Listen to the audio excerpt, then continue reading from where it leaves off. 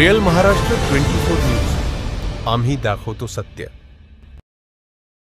पवार साहेब हे त्यांचं पोस्ट आहे, हे सुद्धा असं वाटत आहे की बाबा त्यांच्यासोबत आर्थिक व्यवहार करून त्यांना पाठीशी घालत आहेत आणि आम्हाला सरळ सरळ पत्ते आम्हाला ऑफिसचे त्यांच्या कॉन्टॅक्ट जे कंपनीचे कॉन्टॅक्ट आहे त्यांचे दिशाभूल करण्यासाठी वेगवेगळे पत्ते देत आहे।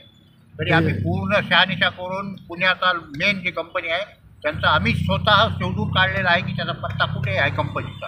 तरी याच्यानंतर जर आमच्या उपोषणात त्यांनी जर काही दाद दिली नाही तर पुढील काळामध्ये आम्ही व्यवस्थापक जे आहेत पुण्याचे IFMS यांच्या कार्यालयासमोर धरणे आंदोलन आमरण उपोषण हे आम्ही करू। इथपर्यंत आम्ही तयारी केलेली आहे। तरी 2 दिवसात सोमवारपर्यंत आम्हाला निर्णय देण्यात यावा, नसता पुढील कारवाई जे काय होईल त्याला पूर्ण जबाबदारी परभणीतील कृषी अधिकारी कार्यालय आणि IFMS ही कंपनी राहील। ठीक आहे, ते त्या कंपनीला जबाबदार धरत आहेत, तर आम्ही त्या कंपनीच्या बी कॉन्टॅक्टमध्ये आहेत। त्यांनी अगोदर आम्हाला 2 वेगवेगळे ॲड्रेस दिले, आमची दिशाभूल केली।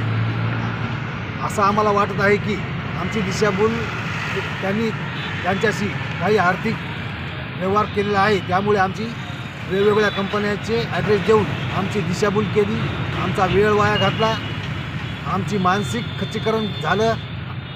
इथून पुढे तुमची काय भूमिका असेल? तुमची भूमिका काय आहे? नाही तर आम्ही त्यांना तात्काळ जर निलंबित नाही केलं तर आम्ही पुणे येथे IFMS वर्ल्ड गट नंबर 476 जाधववाडी नियर जांभूळकर दुकान चिखली पुणे येथे येऊन आमरण उपोषण करणार आहोत। आम्हाला 2 दिवसांमध्ये त्याचं निलंबित अपेक्षित आहे। जर नाही केलं तर आम्ही सोमवारी इथलं उपोषण संपवून आमची पुढील दिशा ही असेल की आम्ही जाधववाडी येथे येऊन त्यांच्या कार्यालयासमोर आमरण उपोषण करणार आहोत।